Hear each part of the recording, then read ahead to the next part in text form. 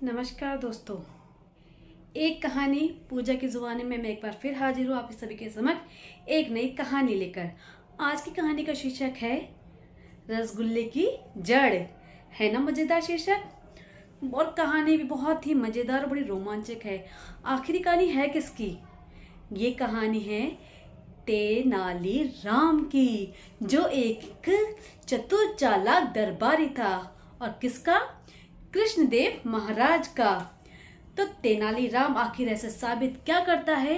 रसगुल्ले की जड़ लेकर आता है या नहीं लेकर आता है? उसके लिए आपको ये पूरी कहानी सुननी पड़ेगी और बड़ी मजेदार कहानी है। आखिर वो व्यापारी को कैसे साबित करेगा, है ना? तो शुरू करते हैं आज की कहानी, रसगुल्ले की जड़, एक कहानी पूजा की जुबानी। तो और हमारे साथ शीर्षक होगा और हमारे साथ होगा तेनालीराम चतुर चालाक दरबारी। शुरू करते हैं आज की कहानी, रसगुल्ले की जड़। है ना मजेदार शीर्षक बच्चों? शुरू करती हूँ आज की कहानी। एक बार एक ईरानी व्यापारी महाराज कृष्णदेव राय के दरबार में आया। वह महाराज के लिए ढेर सारे इनाम और भेंट लेकर आया। महाराज खुश हो गए। उन्होंने भी अपनी तरफ से मेहमान नवाजी में कोई भी कसर नहीं छोड़ी। सेवकों से कहा उन्होंने ईरानी व्यापारी के लिए रहने की शानदार व्यवस्था करवाई जाए। उसके लिए एक से बढ़कर एक पकवान परोसने को कहा। सेवक भी महाराज की आज्ञा के पालन में जुट गए और सभी के सभी ईरानी व्यापारी की सेवा कर रहे थे। ईरानी व्यापारी बहुत ही खुश था, खुश मिजाज था। एक दिन खाने के बाद सेवकों ने ईरानी व्यापारी को मिठाई में रसगुल्ला परोसा। रसगुल्ला देखकर व्यापारी ने सेवकों से पूछा कि क्या वे उस रसगुल्ले की जड़ के बारे में बता सकते हैं। बेचारे सेवक वो बहुत ही चिंतित हो गए। आखिर इसके बारे में वो नहीं जानते थे। सेवक सोच में पड़ गए। वे रसोइये के पास गए और उससे ईरानी व्यापारी का प्रश्न बताते हुए उत्तर पूछा। रसोइये को तो बस रसगुल्ला बनाना आता था, उसकी जड़ के बारे में उसे कोई जानकारी नहीं थी। वह उस प्रश्न का उत्तर नहीं दे पाया। बेचारा सेवक फिर मायूस होकर महाराज के पास पहुंचा। सेवकों ने कई लोगों से पूछा इस प्रश्न का उत्तर, लेकिन किसका उत्तर नहीं दे पाया। धीरे धीरे महाराज के कानों में ये बात पहुंची कि ईरानी व्यापारी के द्वारा रसगुल्ले की जड़ के बारे में पूछा गया है और महल में कोई भी इस प्रश्न का उत्तर नहीं जानता है।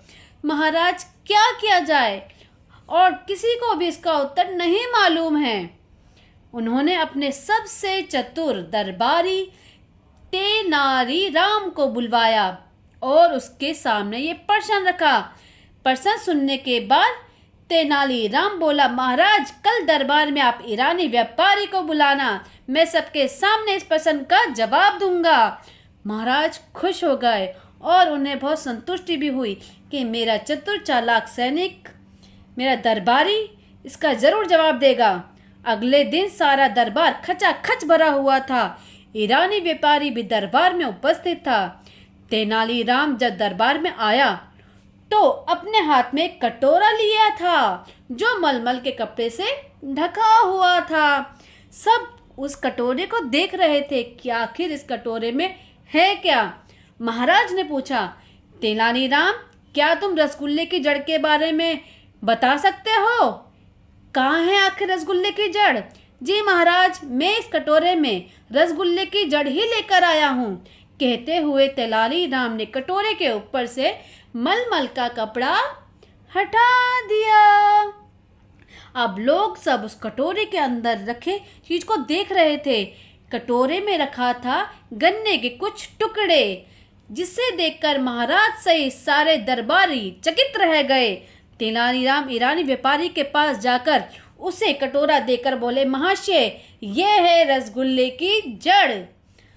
व्यापारी गन्ने के टुकड़ों को देख रहा था। महाराज की समझ में अब सब बाहर था। उन्होंने तेनालीराम से पूछा, तेनालीराम ये सब क्या है? तेनालीराम बोला, महाराज मिठाई शक्कर की बनती है, शक्कर को बनाया जाता है गन्ने से, इस तरह से हुआ है ना गन्ने रसगुल्ले की जड़। महाराज अब खुश थे और संतुष्ट थे और ईरानी व्यापारी भी संतुष्ट था और उसने तेनालीराम के उत्तर से बहुत ज़्यादा संतुष्ट हो गया। यह उत्तर सुनकर महाराज हंसते हुए रानी व्यापारी की ओर देखा। वह भी तेनालीराम के उत्तर से संतुष्ट हो चुका था।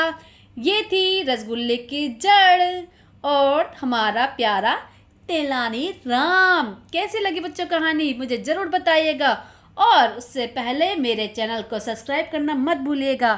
एक कहानी पूजा की जुबानी। तब तक के लिए नमस्कार।